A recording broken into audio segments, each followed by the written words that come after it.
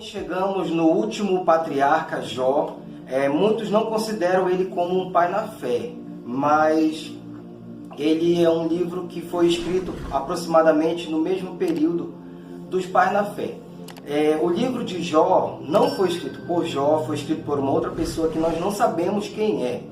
E pelo livro nós percebemos que Jó foi um servo muito paciente e também um homem muito temente a Deus, além de ser um homem muito rico. Dos livros da Bíblia, apesar de ele estar mais na parte do meio da Bíblia, lá nos livros poéticos, ele é um dos livros mais antigos de toda a Bíblia. Por que nós sabemos que ele é um dos livros mais antigos de toda a Bíblia? Por causa do vocabulário usado. Ela faz algumas alusões históricas referente a pirâmides, cidades nas planícies, e também o livro ele cita o dilúvio.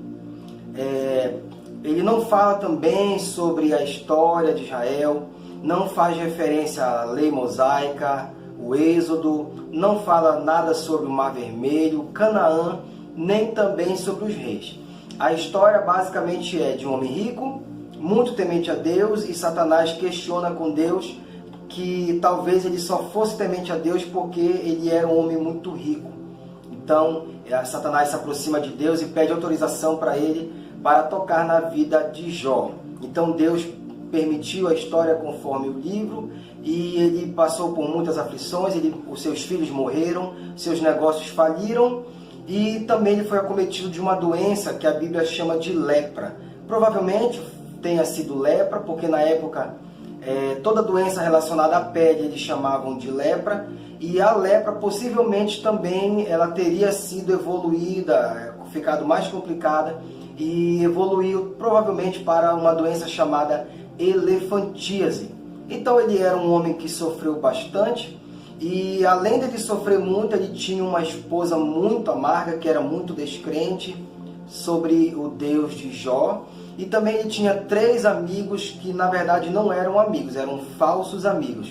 Um deles era o Elifaz, que é descendente de Esaú, Bildade, descendente de Abraão e Quetura, o Zofar, que era um homem muito dogmático da terra dos Naamatitas. E também aparece um jovem chamado Eliú, que era um jovem muito impetuoso. Além de ter todos esses problemas, ele ainda tinha esses amigos e essa esposa.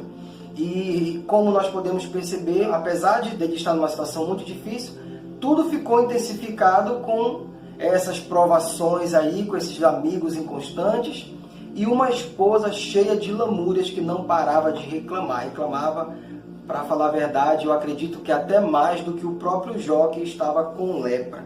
E essa obra literária é uma obra que é elogiada por muitas pessoas da atualidade, e de acordo com a referência que eu tenho aqui, o Victor Hugo elogiou a obra dizendo: o livro de Jó talvez seja a maior obra-prima da mente humana.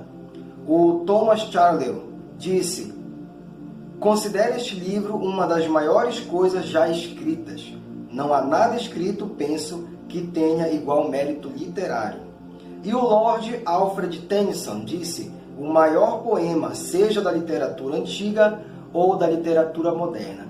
Então nós temos aqui para oferecer para você a fazer a leitura do livro de Jó, que são 42 capítulos da mais pura literatura e demonstração da fé de Jó referente a Deus. E assim nós encerramos a playlist O Patriarcado. Nós agradecemos você que está nos acompanhando até aqui, e nós vamos já dar início à nossa próxima playlist, que é a playlist O Êxodo.